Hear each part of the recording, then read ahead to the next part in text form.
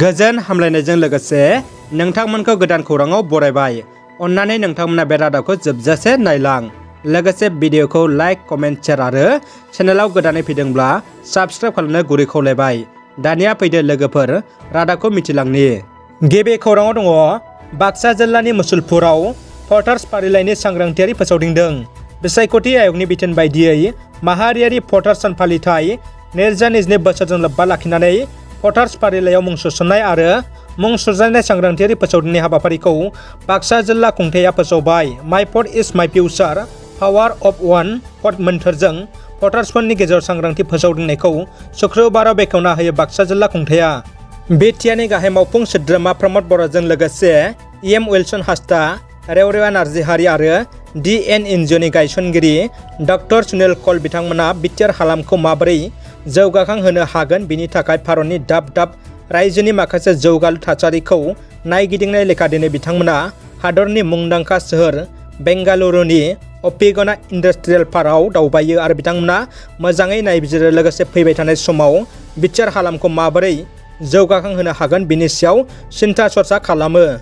दुखुनि खौरां, आसामनि गिबिसिन रादाब फरायगिरिया रुंसारि जाबाय।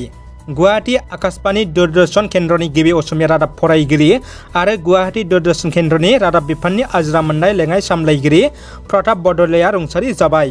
बिथांनि रुंसारि जानायखौ रायजोनाङै गोथौ दुखु मोननाय फोरमायदों। लोगोसे रायजोनि गिबि मन्त्रि डक्टर हेमन्त बिश्व शर्मा बिथाङाबो गोथौ दुखु मोननाय फोरमायो। दानिया फैदो गुबुन मोनसे खौराङाव। क'क्राझार जिल्लानि पगेराग्रामनि आबादारिफोरनि थाखाय गाहाम खौरां। BTRनि सावस्रि बिफाननि मावफुं सोद्रोमा अरुप कुमार देशम्पकआ आबादारिफोरनि थाखाय गंसे फ्रि ट्रेक्टर सिबिथाय बेखेवदों। दिनैनिफ्राय पगेराग्राम ओनसोलनि आबादारिफोरा बेसेन लायाजासे ट्रेक्टर बाहायना हालेवनो हागोन आरो आबादारिफोरा मुलाम्फा जागोन होनना मावफुं सोद्रोमा अरुप कुमार देशम्पकआ फोरमायो। उदालगुरि जिल्ला इउपिपिएल दोलोनि गोदान मावफुं आफाद दाफुंदों। दिनै उदालगुरि जिल्ला इउपिपिएल आफादनि फिन गोदानै बिबान दाफामफिननायजों लोगोसे इउपिपिएल सरकारनि जुनै BTRआव मोजां रोखोमै जायगानि जौगाखां खामानि मावनो थाखाय सावरायनाय जायो होनना EM दावबायसा बर'आ फोरमायो। सावरायनाय हाबाफारि मेलाव इउपिपिएल दोलोनि दैदेनगिरि बिथांमोनाबो बाहागो लायो।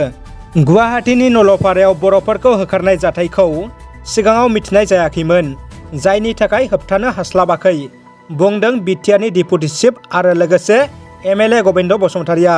आरोबाव बिथाङा बुंदों बेखौ बिबानगिरिया गाव क्रेडिट लानो थाखायनो मावदों। इउपिपिएल जथाय सरकारा BTRआव जौगालु खामानि मावगासिनो होननाबो बिथां गबिन्द बसुमतारिया बुंदों। दानिया फैदो जोबथा खौराङाव।